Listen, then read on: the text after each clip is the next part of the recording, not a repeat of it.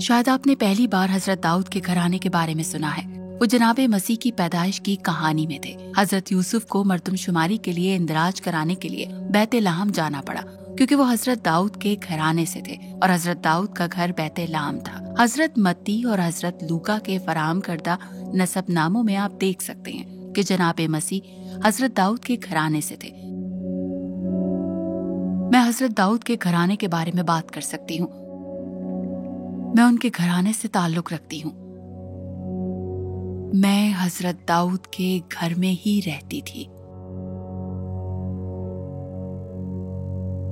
اگرچہ حضرت داؤد بادشاہ نے کامیابی کے ساتھ اسرائیل کے آس پاس کا علاقہ فتح کیا اور بہت دولت حاصل کی، وہ ایک والد اور اپنے خاندان کے رہنما کی حیثیت سے ایک مایوس کن ناکام شخص تھے۔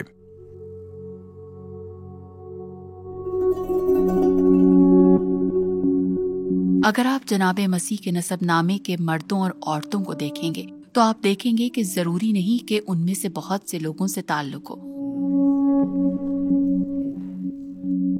در حقیقت حضرت داؤد اتنا حیرت انگیز نہیں ہے اگر آپ ان کی زندگی کو بغور دیکھیں۔ البتہ حضرت داؤد اور ان کا گھرانہ ایک ایسی چیز کے لیے کھڑے تھے جو کلام کے حقیقی معنوں میں حیرت انگیز تھی، اور وہ تھی ان کی بادشاہی جب ان کے بتسبا کے ساتھ تعلقات تھے۔ اس کے کچھ عرصے بعد امن و امان اور پیسہ، اس سے بہتر کیا ہو سکتا ہے؟ صرف ایک چیز، ان کے پاس اسرائیل سے کہیں زیادہ زمین تھی۔ یہ کہنا زیادہ نہیں ہوگا کہ ان کے پاس وہ تمام زمین تھی جس کا خدا تعالیٰ نے حضرت ابراہیم سے وعدہ کیا تھا، پہلی اور آخری بار۔ خوشحالی، امن اور زمین پر قبضہ۔ حضرت داؤد کا گھرانہ اسی پہ کھڑا تھا، اور امن صرف تمام قوموں کے ساتھ نہیں بلکہ خدا تعالیٰ کے ساتھ بھی۔ خوشحالی، امن اور قبضہ، یہ قدیم یہودیوں کے لیے مثالی حالت بن گئی۔ یہی وہ چیز ہے جو مسیحا یہودیوں کو دیں گے۔ اس سے کوئی فرق نہیں پڑتا کہ حالات کتنے ہی خراب ہو گئے ہیں۔ یہودیوں کو امید تھی کہ خدا تعالیٰ ایک مسیحا فراہم کریں گے جو خوشحالی، امن اور زمین پر قبضہ واپس دلائیں گے، اور تمام چیزیں بحال ہو جائیں گی۔ 3000 برس سے زائد تک یہودیوں نے حضرت داؤد کے گھرانے کے بارے میں یہی سوچا ہے، خوشحالی، امن اور زمین پر قبضہ، اور مسیح موعود۔ میرے والد اسرائیل کے مشہور بادشاہ حضرت داؤد تھے۔ ان کی پہلی بیوی میخال تھی جو بادشاہ ساؤل کی بیٹی تھی۔ ساؤل نے اسے حضرت داؤد سے اس وقت چھین لیا جب وہ ایک غیر قانونی شخص تھے۔ جس وقت حضرت داؤد کی شادی بتسبا سے ہوئی تھی، اس وقت وہ اپنے 40 سالہ دور حکومت کے عین وسط میں تھا۔ انہوں نے اسرائیل کے ارد گرد کے تمام ممالک کو فتح کر لیا تھا، اور کسی بھی بڑی سلطنت سے اسرائیل کو خطرہ نہیں تھا۔ ملک میں پیسہ آ رہا تھا۔ حضرت داؤد بہت زیادہ دولت جمع کر رہے تھے۔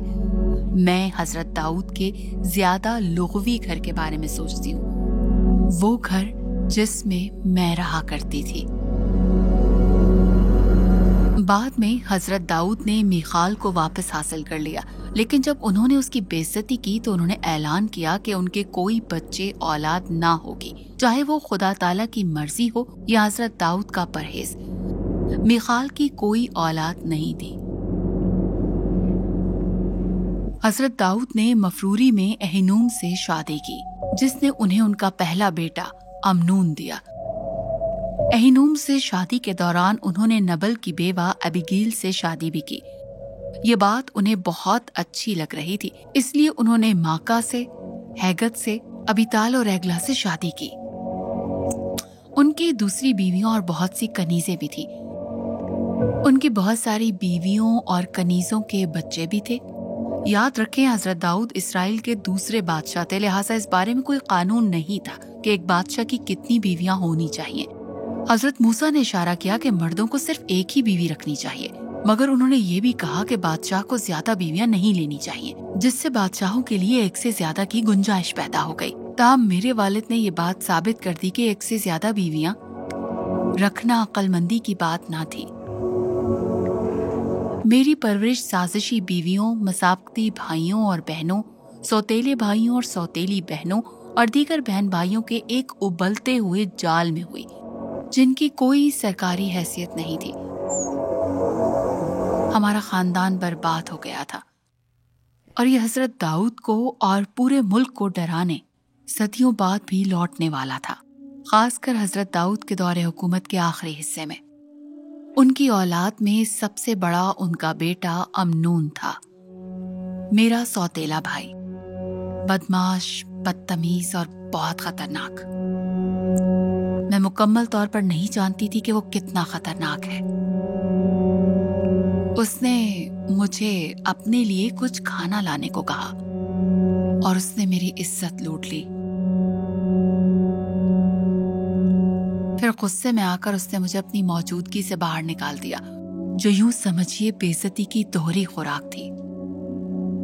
मेरे बाप ने क्या किया? मेरे हैरत अंगेज, इंतहाई काबिल एहतराम, खुदा ताला का दिल रखने वाले वालिद ने क्या किया? कुछ भी नहीं, कुछ भी नहीं। ओह, उन्होंने इस बारे में सुना, इस पर नाराज थे, लेकिन उन्होंने कुछ नहीं किया। और मेरा सगा भाई अबी सलूम इतना डरा हुआ नहीं था। वो मेरी देखभाल के लिए मुझे अपने घर ले गया और अपना वक्त लिया। और 2 साल बाद अमनून को नशे में धुत करने के बाद मेरे भाई अबी सलूम ने उसे कत्ल कर दिया। अबी सलूम को 3 बरस तक जिलावतनी की जिंदगी गुजारनी पड़ी, पर फिर वो बादशाही में वापस आया, खुदी से भरा हुआ और हजरत दाऊद की नफरत से भरा हुआ।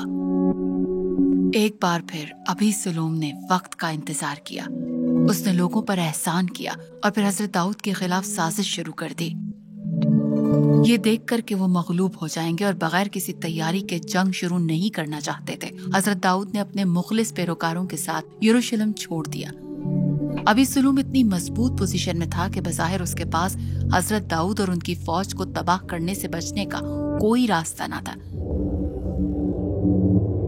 मगर अपनी नातजर्बाकारी और गलत मशवरे के जरिए अबी सलूम ने अपनी यकीनी फतह को एक शिकस्त में बदल दिया और इस अमल में हजरत दाऊद की फौज के सिपहसालार योआब ने उसे हलाक कर दिया। आप तसव्वुर कर सकते हैं कि अबी सलूम की मौत के बाद मेरी पोजीशन और भी कमजोर हो गई। ये शायद आप समझ सकते हो।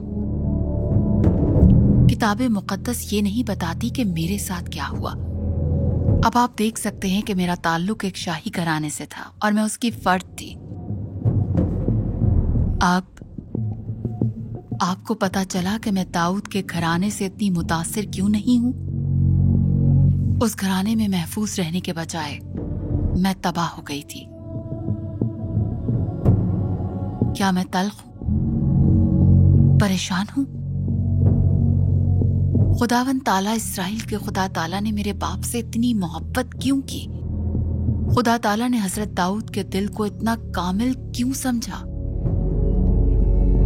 खुदा ताला ने मेरे वालिद को इस बात की सजा क्यों नहीं दी कि उनके बेटे ने मेरी जिंदगी को तबाह किया?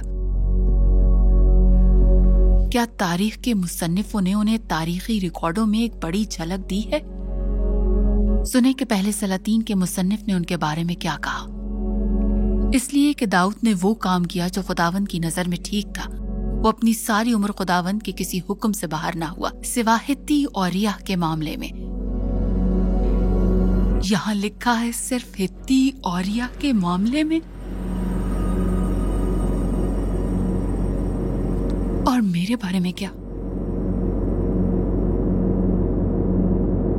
हजरत दाऊद का सबसे बड़ा बेटा अमनून मर चुका था। तीसरा सबसे बड़ा बेटा अबी सलूम भी मर चुका था। किताब मुकद्दस ये नहीं बताती कि दूसरे सबसे बड़े बेटे खलियाब या दानियल के साथ क्या हुआ। जूं-जूं हजरत दाऊद की उम्र बढ़ती गई, उनके चौथे सबसे बड़े बेटे अदोनिया ने अपने आप को अगला बादशाह बनाना शुरू कर लिया। उसके पास अगला बादशाह बनने का और कोई मौका नहीं था, लेकिन अदोनिया को अभी तक इल्म नहीं था। अब हजरत दाऊद और बत्सबा का पहला बच्चा हजरत दाऊद और बत्सबा के साथ ताल्लुकात और अपने शौहर को कत्ल करने के अमाल की सजा के तौर पर मारा गया था। हजरत दाऊद और बत्सबा की शादी हुई और उनका एक और बेटा पैदा हुआ, सुलेमान। ये बेटा पैदाइशी तरतीब में बहुत नीचे था और जाहिर है वो बादशाह बिल्कुल नहीं बन सकता था। ताहम बदसबा इतनी होशियार थी जितनी वो खूबसूरत थी। जी हाँ, उसने हजरत दाऊद से वादा करके इस अमल को तेज करने का फैसला किया कि सुलेमान ही हजरत दाऊद का जानशिन मुकर्रर होगा। उसकी दानिशमंदी और औरतों वाली चालाकी की वजह से हजरत दाऊद के पास उसकी बात मानने के अलावा और कोई रास्ता नहीं था। दुनिया ने बहुत कोशिश की लेकिन वो हार गया और फिर आखिर में मारा भी गया। मैं ज़ाती तौर पर सुलेमान को हजरत दाऊद का जानशीन बनाने में शामिल था, लिहाजा मैं इस बात से बखूबी वाकिफ हूं कि हजरत दाऊद के बाद बादशाह बनने के कितने करीब दुनिया आए थे। ताहम जब वो जिंदा था, हजरत दाऊद ने बादशाही सुलेमान को सौंप दी थी और हजरत दाऊद मर गए, तवील उम्र, दौलत और इज्जत और लुत्फानंदोजी के साथ। मुझे मालूम होना चाहिए क्योंकि मैंने उनके इक्तदार के हालात लिखे थे जिन्होंने उन्हें घेर के रखा था। और इस सारे वक्त में जब तक मैंने हजरत दाऊद की बादशाही का रिकॉर्ड लिखा, मैं अपने आप से एक ही सवाल पूछता रहा, हजरत दाऊद क्या अच्छे बादशाह थे या बुरे? उन्होंने अपने मुल्क की सरहदों को बेपनाह वुसअत दी और अपने मुल्क के लिए अमन और खुशहाली हासिल की। वो सिर्फ खुदा ताला की इबादत करते थे, खुदा ताला को दिल में रखते थे और अपने लोगों की खिदमत करते थे। ताहम वो एक अजीम जंगजू थे,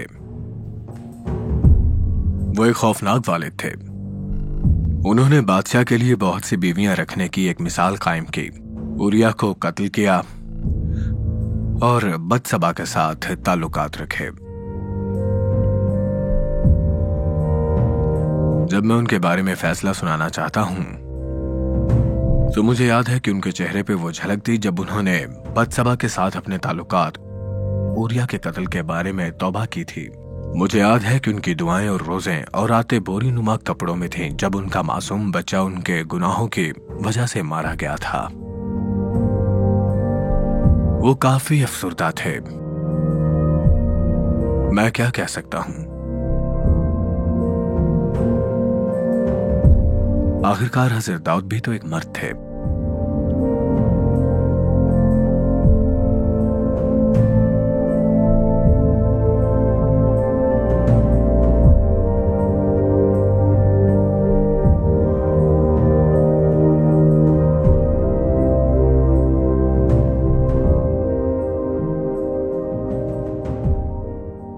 अजीज नाजरीन, इस वीडियो को देखने के बाद अगर आप इंजील शरीफ का मुफ्त नुस्खा हासिल करना चाहते हैं तो हमें अपना मुकम्मल पता बमा मोबाइल फोन के अरसाल कर दें। हम पूरी कोशिश करेंगे कि आप तक इंजील शरीफ का मुफ्त नुस्खा पहुंच जाए।